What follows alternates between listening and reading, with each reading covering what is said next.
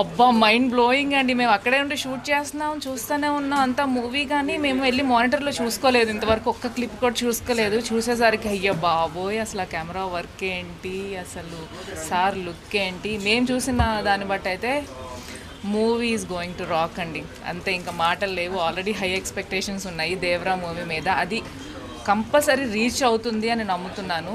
And I'm so happy అండి to be part of Devara movie. Of course అండి, అందరికీ dream ఉంటుంది ఎన్టీఆర్ గారితో చెయ్యాలి ఒక మూవీ అని, అందరికీ డ్రీమ్ ఉంటుంది. సో నాకు అది దీంతో నెరవేరింది.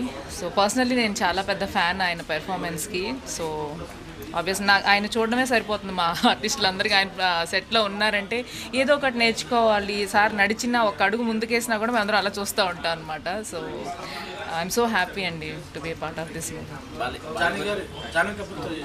అవునండి, జాన్వీ కపూర్ చూసి ఇంకా స్టార్డమ్ ఉంటుంది ఆబ్వియస్లీ, ఇంకొక రేంజ్లో మెయింటైన్ చేస్తూ ఉంటారని అనుకున్నాం, కానీ she's very down to earth.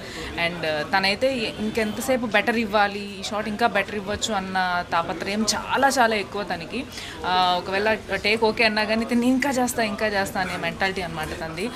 చాలా ఇన్స్పైరింగ్ అనిపించింది తను. త్వరగా ఇంకా అవ్వలేదండి, ఇంకొక షెడ్యూల్ సాంగ్ పెండింగ్ ఉంది. So yeah, I'm blessed. Thank you అండి.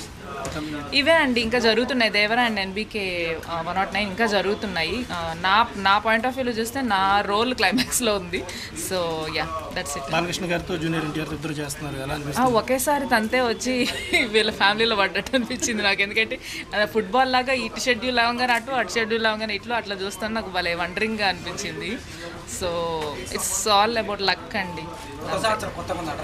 కొత్త సంవత్సరం కొత్తగా ఉంది. అండ్ నేను ఆల్రెడీ చేసిన మూవీస్ కూడా ఈ ఇయర్లోనే రిలీజ్ అవబోతున్నాయి. సో 2024 అనేది చాలా స్పెషల్ నాకు.